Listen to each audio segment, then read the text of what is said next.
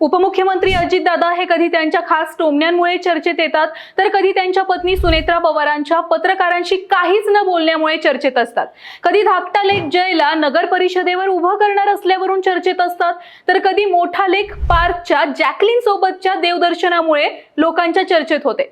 थोडक्यात काय, अजितदादांची चर्चा ही नेहमीच कोणत्या ना कोणत्या मुद्द्यांवरून कायम सोशल मीडिया सकट पारावरच्या लोकांच्या गप्पांपर्यंत असते.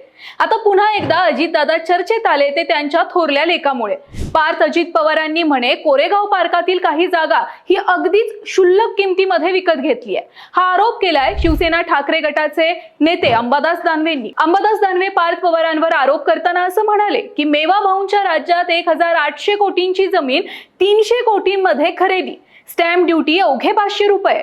उपमुख्यमंत्री महोदयांचे सुपुत्र पार्थ पवार यांची अमेडिया ही कंपनी, जिचं भांडवल अवघं 1 लाख रुपये आहे, या कंपनीला सुमारे 1800 कोटी बाजार मूल्य असलेल्या जमिनीची 300 कोटींना खरेदी करता आली. हा झोल आता अजित पवारांनी किंवा पार्थ पवारांनी महाराष्ट्राला जरा सांगावाच. पुढे दानवे असं सुद्धा म्हणालेत की क्षुल्लक किमतीमध्ये कोरेगाव पार्कातील जागा विकत घेऊन दादांच्या लेखानं रिअल इस्टेटचे भाव अगदी गगनाला असलेल्या कोरेगाव पार्क येथे चक्क IT पार्क आणि डेटा सेंटर उभारण्याची तयारी सुद्धा चालवली आहे. 1 लाखाचं भांडवल असलेल्या कंपनीला हे कसं काय शक्य होतंय?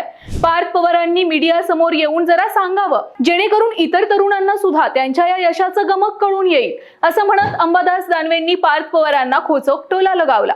या जमीन खरेदी प्रकरणातील स्टॅम्प ड्युटी बाबत सुद्धा दानवेंनी विस्तृतपणे खुलासा केलाय. दानवे असं म्हणाले की सरकारी यंत्रणा काय तत्पर झालीये पहा, कमाल झालीये. 22 एप्रिल 2025 रोजी अमेडिया कंपनीनं IT पार्क उभारण्याचा ठराव केला.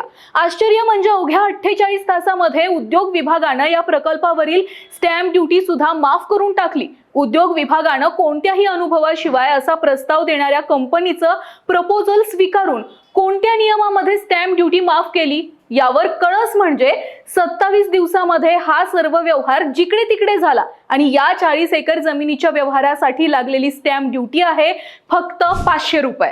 आता अंबादास दानवेंनी केलेल्या आरोपांना स्वतः अजितदादा आणि पार्थ पवार काय उत्तर देतात हे पाहणं उत्सुकतेचं आहेच. पण ऐन स्थानिक स्वराज्य संस्थांच्या निवडणुकीआधी दादांच्या पोराचा हा आर्थिक घोटाळा पुढे येणं दादांसाठी थोडं का होईना तोट्याचं नक्की जाणार आहे. पण लोकांची आता अशी इच्छा आहे की स्वतः पार्थ पवारांनी पुढे येऊन जे काही असेल ते सांगावं. कधीपर्यंत दादांनी त्यांच्या चुका पदरात घालायच्या? दादांच्या म्हणण्यानुसार आता लोकांच्या चुका पदरात घेऊन घेऊन त्यांचा पदर सुद्धा फाटत चाललाय.